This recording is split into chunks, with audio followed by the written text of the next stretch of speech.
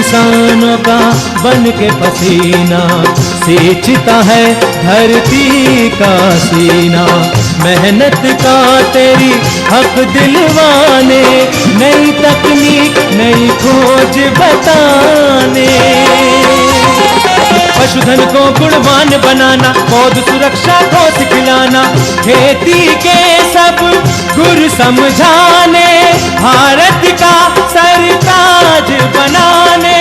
आठों पहर है संग तुम्हारे अन्नदाता, अन्नदाता। नमस्कार, मैं हूं आयुषी। आप सभी दर्शकों का अन्नदाता कार्यक्रम में स्वागत करती हूं। हर रोज की तरह कार्यक्रम में लेकर आई हूं खेतीबाड़ी से जुड़ी बहुत सी लाभकारी जानकारियां। तो चलिए सबसे पहले देखते हैं क्या है विशेष आज के कार्यक्रम में। अधिक उत्पादन के लिए अमरूद के पुराने बागों का प्रबंधन।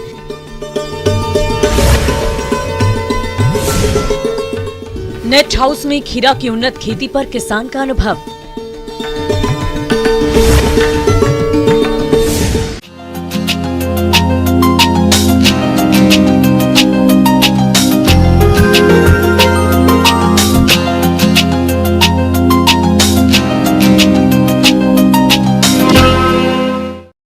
हमारे प्रदेश के अनेक किसान भाई अमरूद के बगीचे लगाकर अच्छा लाभ कमाते हैं, लेकिन अधिक पुराने पेड़ होने पर उनकी फल उत्पादकता कम हो जाती है और कीट रोगों का प्रकोप भी अधिक होने लगता है। इसलिए आप इन पुराने पौधों की उत्पादकता को बढ़ाने के लिए कौन कौन से जरूरी कार्यों को अपनाएं, इसकी जानकारी दे रहे हैं बागवानी विशेषज्ञ डॉक्टर NK सिंह।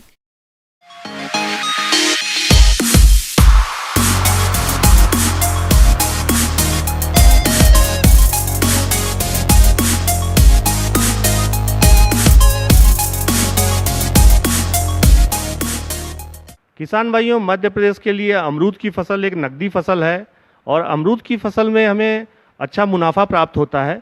लेकिन प्रायः देखा जाता है किसान भाइयों कि अमरूद की फसल जो है, अमरूद के जो हमारे पुराने बाग हैं 15 से 20 वर्ष पूर्व लगाए गए थे, उसमें मुख्य समस्या आती है कि उनकी बढ़वार काफ़ी ज़्यादा हो जाती है, जिससे सूर्य का प्रकाश और बहुत ज़्यादा घने होने के कारण उत्पादन क्षमता कम हो जाती है। तो ऐसे जो हमारे किसान भाई जो अमरूद, जिसको हम भी फल भी बोलते हैं, ऐसे जो हमारे पुराने और अनुत्पादक अमरूद के बगीचे हैं जो 15 से 20 वर्ष पुराने हो चुके हैं, जो हमारी 3 से 4 मुख्य शाखाओं को छोड़ते हुए पूरी शाखाओं की कटाई कर देते हैं। मुंडन, एक तरीके से हम मुंडन कर देते हैं, केवल 3 से 4 जो हमारी मोटी शाखाएं रहते हैं उनको छोड़ते हुए पूरी शाखाओं को काट देते हैं। इसमें जो मुख्य बात होती है कटाई के समय में, ये ध्यान देना चाहिए कि जब हम कटाई का कार्य करते हैं तो आरी से या इलेक्ट्रिक चेनसा आती है उसके द्वारा किया जाता है। इसमें कभी भी हम ऊपर से जब कटाई करते हैं तो हमारी शाखाएं, जो मोटी शाखाएं रहती हैं, उनके फटने का डर रहता है।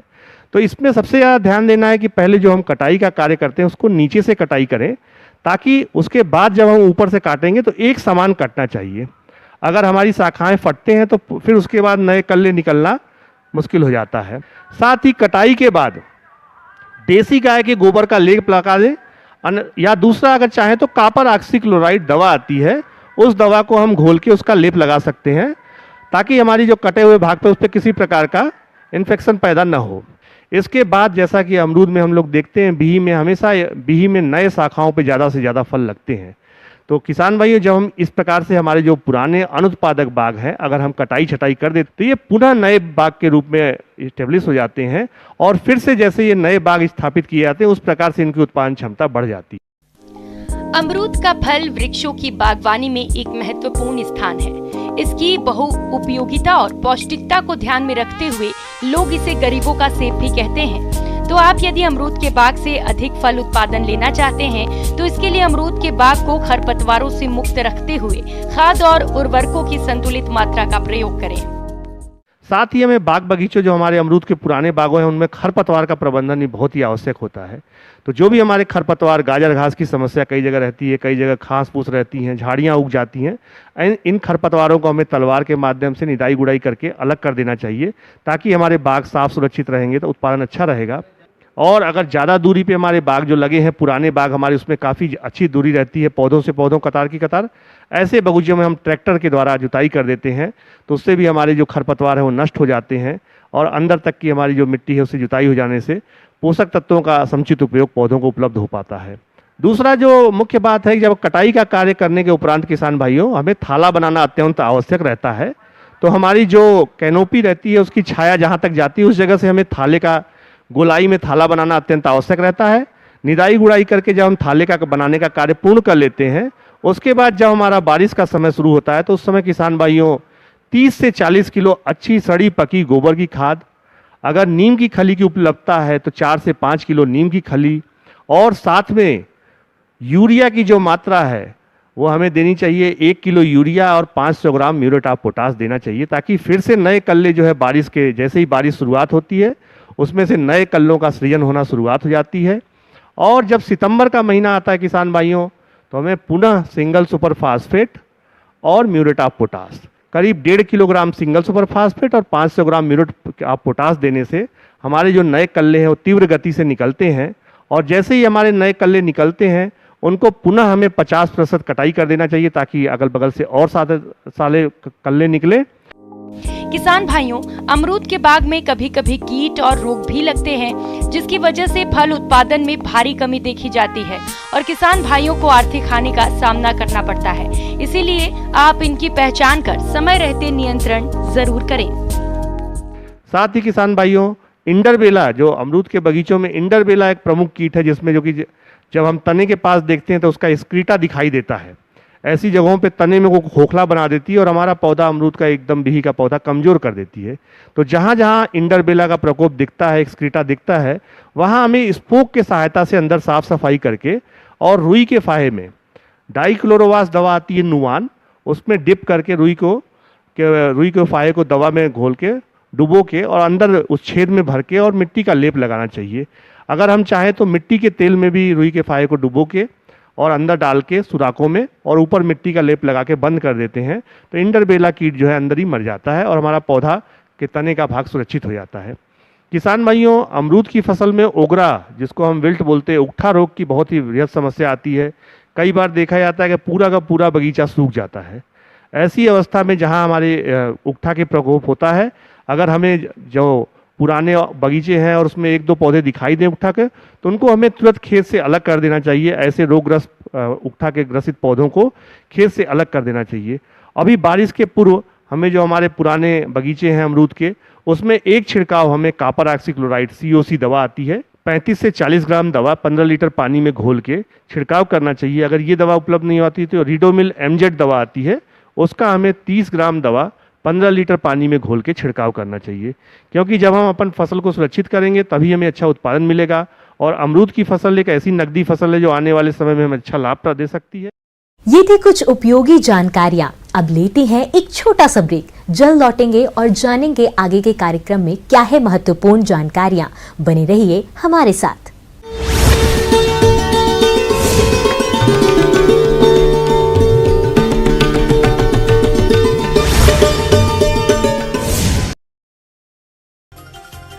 इंदौर जबलपुर में बीजेपी महापौर प्रत्याशी का नॉमिनेशन, सिम शिवराज और बीडी शर्मा हुए शामिल। जनता से विकास की गाड़ी को आगे बढ़ाने का वादा, कांग्रेस पर ताबड़तोड़ प्रहार। देवास में बीजेपी ने निकाली नामांकन रैली, मंत्री तुलसीराम सिलावट भी हुए शामिल। महापौर प्रत्याशी गीता अग्रवाल ने किया नॉमिनेशन। रतलाम में बीजेपी की सीनियर नेत्री सीमा टांग ने भरा महापौर पद का निर्दलीय नामांकन। बढ़ सकती है बीजेपी की मुश्किलें, टिकट नहीं मिलने से है नाराज। भोपाल में राज्य निर्वाचन आयोग के निर्देश, पुलिस विभाग में थोक में तबादले, 12 एडिशनल SP, 43 DSP के ट्रांसफर। गृह विभाग ने जारी किया आदेश। दतिया दौरे पर गृह मंत्री डॉक्टर नरोत्तम मिश्रा, कांग्रेस पर साधा निशाना। कांग्रेस के लोग जीतने के बाद देखते हैं अपना हित। बीजेपी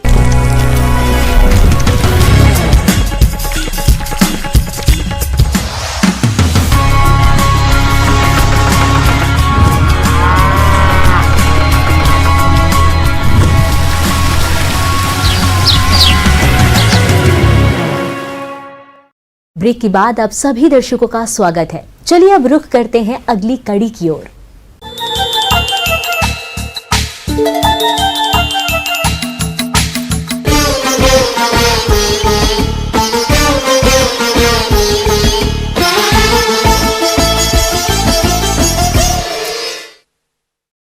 आज कई किसान नवीन कृषि तकनीकों को अपनाकर अपनी खेती से अच्छा खासा मुनाफा कमा रहे।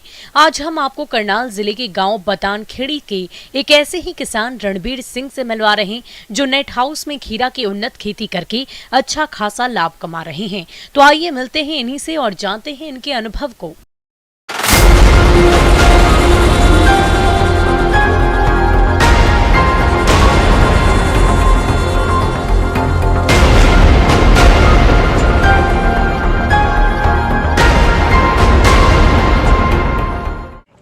यह हमारा 6300-6400 स्क्वायर मीटर में यह खीरे की खेती हम लोग कर रहे हैं और इसको हमने दूसरी बार इस सीज़न में दूसरी बार हम इसको लगा रहे हैं। सर्दियों में भी हमने खीरा लगाया और अभी गर्मियों में भी इसको खीरा लगाया। सेकंड फसल कंटिन्यूसली खीरे की फसल है और हमने इसको मार्च में लगाया और मार्च में लगाने से पहले सबसे पहले हमने इसकी पौध तैयार की, हाईटेक नर्सरी से ही तैयार कर ली ताकि समय को बच सके। अब के बारिश काफ़ी हुई थी और उधर वो नर्सरी तैयार की और उसके बाद पूरे खेत को तैयार किया। तैयार करने के बाद इसके अंदर जो खाद है उसको डाला, वर्मी कंपोस्ट भी इसके अंदर डाला हमने। उसके बाद फिर बेड बनाए, बेड के अंदर सारी चीज़ें डालने के बाद इसकी प्लांटेशन की और इसके अंदर हमने जो स्क्वायर मीटर है इसमें हमने एक जो 20 बाई 20 में है, टोटल 34 बेड्स हैं पूरे खेत में और बीच में हमने ये 3 फुट की जो बीच में स्पेस दिया, 2.5-3 फुट का ये दिया है ताकि पौड़ी तोड़ने के लिए पौड़ी आसानी से चल सके और इसके अंदर जो फिरने में जो आसानी है उस प्रकार से रहा। मल्चिंग सीट का सबसे बड़ा ये फ़ायदा है कि इससे एक तो जो खरपतवार नहीं होती और दूसरा ये फ़ायदा है कि जब गर्मी चलती है, बारिश होती है तो पौधों की जड़ों तक पानी नहीं आता। तीसरा फ़ायदा ये है कि जब कभी कभी हवा चलती है, कुछ पेड़ों को सूख गए, कुछ पेड़े के अंदर ज़्यादा नमी होगी, इससे सभी को एक जैसी नमी मिलती है। खीरा एक लता वाली फसल है जिसमें फसल को सहारा देने के लिए मचान बनाते हैं, जिसमें प्लास्टिक की सुतली द्वारा पौधे को ऊपर की ओर सहारा देते हैं। सहारा देने में पौधे को बांधते समय ये ध्यान रखना चाहिए कि पौधे सुतली के दबाव से कटने ना पाए। पौधे की ऊंचाई बढ़ने के साथ सुतली को ढीला कर पौधे के फलन क्षेत्र को नीचा किया जाता है जिससे तुड़ाई करने में आसानी हो। हम खाद पानी को लेकर सबसे महत्वपूर्ण जो इम्पोर्टेंट हम ध्यान रखते हैं वह पूरा का पूरा पैमाना रखते हैं। हमने मिट्टी के अंदर जो टेस्ट करवाने के बाद इसके अंदर किस प्रकार की ज़रूरत थी और उसके बाद सारी न्यूट्रिशन वैल्यू ज़मीन में पूरे करने के बाद उसके बाद हमने इसके अंदर जैविक, चाहे सुडोमोनास हो, ट्राइकोडर्मा, और उसके साथ साथ एक नई कल्चर हमने इसमें डाली। मैं बताना चाहता हूँ कि हमने जितने भी हमारी वनस्पति से हैं उस वनस्पति में जैसे कि भांग हो गया, जैसे इसके साथ शीशम हो गई, जैसे इसके साथ सरतूत के हरे पत्ते हो गए, हमने हरे पत्तों को काटकर पानी के अंदर डाला, ड्रम के अंदर डाला और जो गोबर उसके अंदर डाला और जो केचुओं का जो स्लज उसके अंदर आया, उससे हमें एक वो ऐसा न्यूट्रिशन वैल्यू बढ़ाने के लिए जो तैयार किया जिसको हम ड्रिप के माध्यम से देते हैं और वो बहुत कारगर रहा। सारा खाद पानी ड्रिप के द्वारा, कभी कभी क्योंकि जैसे ही बेलें ऊपर जाएंगी उस दौरान जो नीचे से उठा नहीं पाती ड्रिप, फिर इनको कभी कभी जो न्यूट्रिशंस है डायरेक्ट उससे स्प्रे से भी दिया जा सकता है और उससे हम देते भी हैं।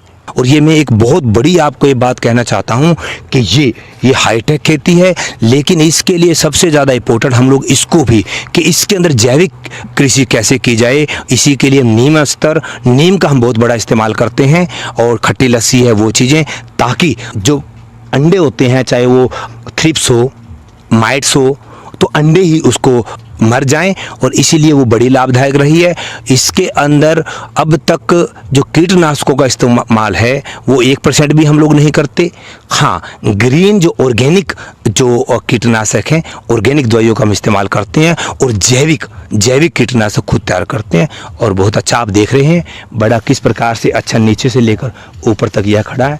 उसके बाद इसकी जो प्रक्रिया स्टार्ट हुई और उस प्रक्रिया में यह अभी हमने इसको फसल चलते हुए हुए को 1 महीना हो गया है। 15 के लगभग हमने इससे तोड़ ली हैं और अब के थोड़ा सा रेट स्लो हुआ। स्टार्टिंग में 25, 26, 27 से यह स्टार्ट हुआ, फिर धीरे धीरे यह कम आया और अभी ये अपनी 1.5 से महीने से भी ज़्यादा अभी यह अपनी तुड़ाई को लेगा और अभी 25 से 30 तुड़ाई और आने की संभावना है। आज जैसा कि आप देख रहे हैं, आज लेबर लगी हुई है और 15 से 20 लोग अभी इसको रेगुलर काम में लगे हुए हैं।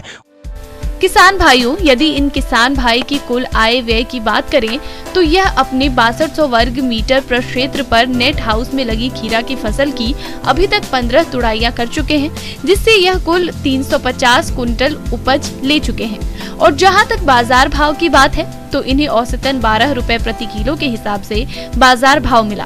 इस तरह अभी तक इन्हें 15 तुड़ान से लगभग 4,20,000 रुपए की कुल आमदनी हुई। और जहां तक लागत खर्च की बात है, पौध तैयारी, खेत की तैयारी, खाद, फसल सुरक्षा उपाय, तुड़ाइयां और परिवहन इत्यादि को मिलाकर अभी तक कुल खर्चा 3.25 लाख रुपए आया, जिसमें से नेट हाउस और ड्रिप मल्च की लागत शामिल नहीं है। इस तरह इन्हें 15 तुड़ान से अभी तक 95,000 रुपए का कुल शुद्ध मुनाफा हुआ। किसान भाइयों, इन किसान भाई को आगे चलकर 25 से 30 तुड़ाइयों से इस फसल से औसतन 225 कुंटल और उत्पादन मिलने की संभावना है, जिससे कि इनका कुल शुद्ध मुनाफा और बढ़ेगा। किसान भाइयों को मैं यही अनुरोध करना चाहूँगा कि हाईटेक खेती के अंदर हम काफ़ी कुछ बचा सकते हैं। आज हमें अब वो पहले वाले किसान की तरह हम लोग आगे नहीं बढ़ सकते। हमें विज्ञान को अपनाना होगा, विज्ञान के साथ साथ ज्ञान को हमें अपनाना होगा। आगे और भी है कुछ रोचक जानकारियां, पर यहाँ पर रुकेंगे एक और ब्रेक के लिए। जल्द हाजिर होते हैं।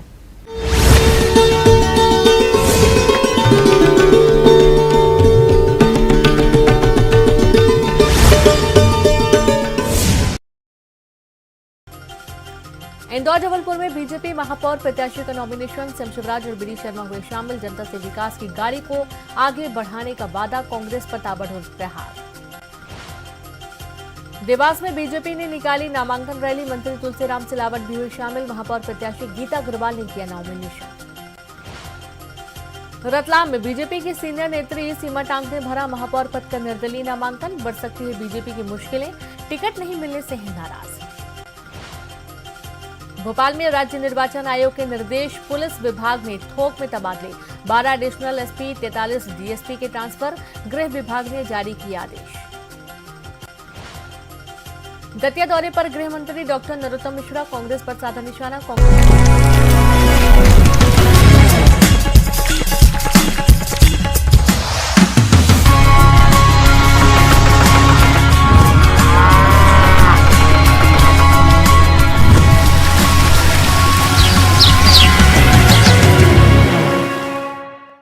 ब्रेक के बाद एक बार फिर से आप सभी दर्शकों का अन्नदाता कार्यक्रम में स्वागत है। बढ़ते हैं अगली प्रस्तुति की ओर।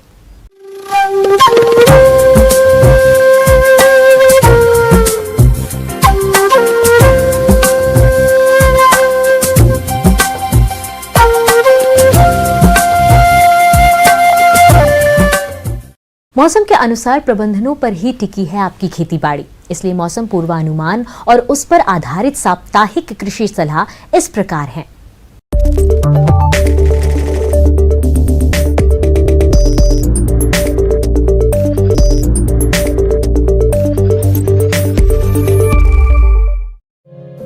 ग्रामीण कृषि मौसम सेवा, भारत मौसम विज्ञान विभाग, राजमाता विजयाराजे सिंधिया कृषि विश्वविद्यालय ग्वालियर और कृषि महाविद्यालय इंदौर द्वारा भेजे गए मौसम पूर्वानुमान रिपोर्ट के आधार पर जिला इंदौर और इससे लगे जिलों के किसान भाइयों को सलाह दी जाती है कि इस मौसम में किसान अपनी मिट्टी की जांच किसी प्रमाणित स्रोत से करवाएं और जहां तक संभव हो अपने खेत का समतलीकरण करवाएं।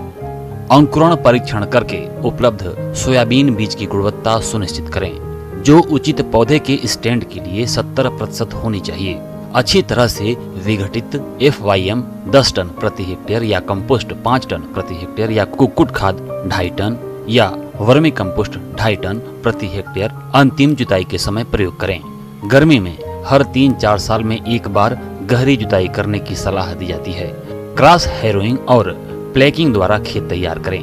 अत्यधिक वर्षा के साथ साथ सूखे की स्थिति में फसल को बचाने के लिए ब्रॉड बेड फरो या बुआई के रिज और फरो विधियों का उपयोग करके फसल को बोने की सलाह दी जाती है। किसान भाई कपास की बुआई के लिए खेतों को तैयार करें और बीज किसी प्रमाणित स्रोत से ही खरीदें। भिंडी की फसल में तुड़ाई के बाद यूरिया 5 से 10 किलोग्राम प्रति एकड़ की दर से डालें और माइट कीट की निरंतर निगरानी करते रहें। अधिक कीट पाए जाने पर इथियन 1.5 से 2 मिलीलीटर प्रति लीटर पानी के हिसाब से घोल बनाकर छिड़काव करें। इस मौसम में भिंडी की फसल में हल्की सिंचाई कम अंतराल पर करें। ग्वार, मक्का, बाजरा, लोबिया आदि चारा फसलों की बुआई इस सप्ताह कर सकते हैं। बुआई के समय खेत में पर्याप्त नमी होनी जरूरी है। बीजों को 3 से 4 सेंटीमीटर गहराई पर डालें और पंक्ति से पंक्ति की दूरी 25 से 30 सेंटीमीटर रखें। यह समय टमाटर, मिर्च, बैंगन, गोभी की पौधशाला बनाने के लिए उपयुक्त है। अतः किसान भाई यह प्रयास करें कि वे कीट अवरोधी नायलॉन की जाली का प्रयोग करें ताकि रोग फैलाने वाले कीटों से फसल को बचाया जा सके। पौधशाला में तेज धूप से बचाने के लिए 40% छायादार नेट द्वारा 6.5 फीट की ऊंचाई पर ढक सकते हैं। बीजों को थीरम 2 से 2.5 ग्राम प्रति किलोग्राम बीज की दर से उपचार करने के बाद ही पौधशाला में बुआई करें। पशुओं को साफ एवं ताजा पानी दिन में 2 बार दें, साथ ही साथ हरा चारा दें। बाहरी परजीवियों से बचाव के लिए ब्यूटॉक्स का उपयोग करें। पशुशाला की नियमित सफाई करें। 1 लीटर पानी में 5 मिलीलीटर फिनाइल मिलाकर फर्श की सफाई करें। बकरियों में पीपीआर रोग के नियंत्रण के लिए टीका लगवाएं। हवा से बकरियों की सुरक्षा करें। बकरियों को हरा चारा सूखे स्थान में बांधें और परजीवियों से बचाव के उपाय करें। साफ एवं ताजा पानी दिन में 3 बार दें। मुर्गियों में रानीखेत बीमारी के नियंत्रण के लिए टीका लगवाएं। चूजों को 7 दिन की अवस्था पर टीकाकरण करें। मुर्गे एवं मुर्गियों को मिनरल मिक्सचर और साफ एवं ताजा पानी दें।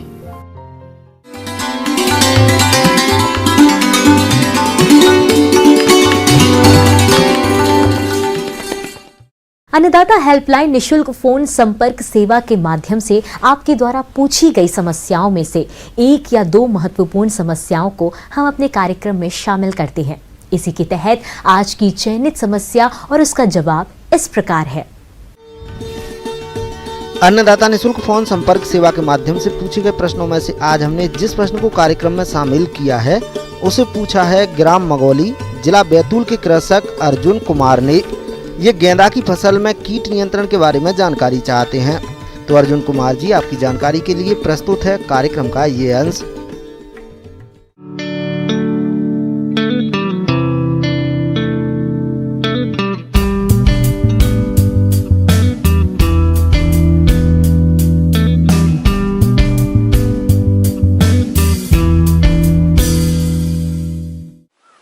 अभी गेंदे की खेती, गेंदे का फूल हर एक खेत में लगा हुआ है, मतलब जो किसान भाई लगा रहे हैं उनके खेतों में लगा हुआ है। उसमें बहुत सारी कीट और व्याधियों का प्रकोप होता है जिससे कि गेंदे की फसलें में बहुत नुकसान होता है। एक बीमारी आती है गेंदे के पौधे पर, वो पॉडरी मिल्ड्यू, पाउडर के जैसा आपको दिखेगा। जैसे ही हाथ लगाइएगा तो वो हाथ में आपका चिपकना स्टार्ट हो जाता है। तो इसके बचाव के लिए हम लोग क्या करते हैं, जो सॉल्युबल सल्फर है, सॉल्युबल सल्फर ले लें। सॉल्युबल सल्फर को कुछ वही जो मैंने स्टिकर बताया कि एक शैम्पू में डाल दें और इसका क्या करना है कि 1.5 ग्राम या 1.5 ml 1.5 ml लेना है। उसको 5 लीटर पानी में मिला करके गेंदे के ऊपर छिड़काव करना है। कैटरपिलर हरा एवं भूरा काले रंग का कीट है। यह गेंदा फसल की पत्तियों, टहनियों एवं कलियों को नुकसान पहुंचाते हैं। इसकी रोकथाम के लिए 1.5 मिलीलीटर मैलाथियान 1 लीटर पानी में घोलकर छिड़काव करना चाहिए। लीफ माइटर कीट, इस कीट के नर एवं मादा दोनों गेंदा फसल को नुकसान पहुंचाते हैं। गेंदा में इसका प्रकोप होने पर पत्तियों में सफेद धारियां बन जाती हैं और पौधों की बढ़वार कम हो जाती है। इसकी रोकथाम के लिए प्रति लीटर पानी में घोलकर छिड़काव करना चाहिए। गेंदे का जो पौधा है वो थोड़ा बड़ा होगा। बड़ा होने के बाद इसमें एक कीट लगता है जो कि गेंदे का सबसे खतरनाक कीट है, वो है रेड स्पाइडर माइट।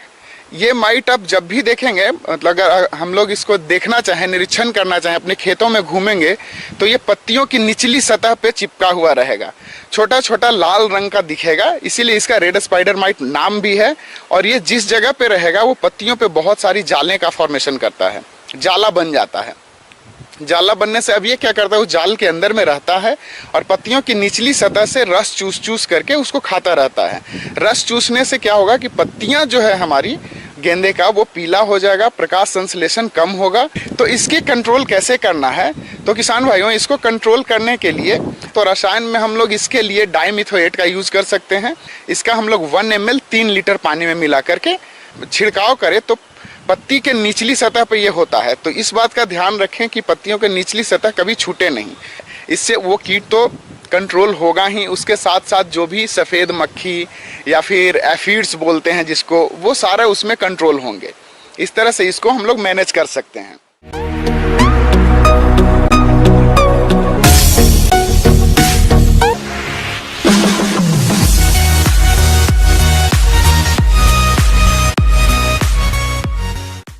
राज्य की विभिन्न मंडियों में कृषि उत्पादों के चढ़ते उतरते बाजार भाव की संक्षिप्त जानकारी इस प्रकार है।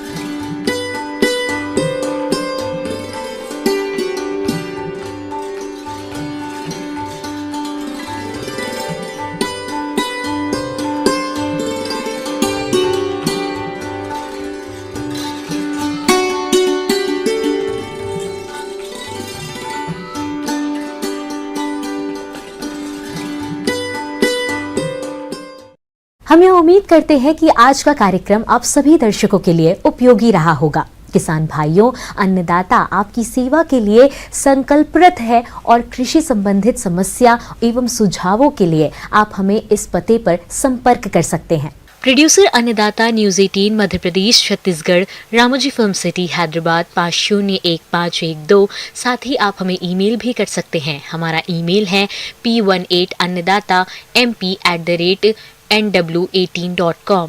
इसके अतिरिक्त आप हमें निशुल्क हेल्पलाइन नंबर 180088921633 पर सोमवार से शनिवार सुबह 10 से शाम 4 बजे के बीच संपर्क कर सकते हैं। फिलहाल अन्नदाता की पूरी टीम को इजाजत दीजिए। कल फिर इसी समय आपसे मुलाकात होगी कृषि संबंधित कुछ और महत्वपूर्ण जानकारियों के साथ। नमस्कार।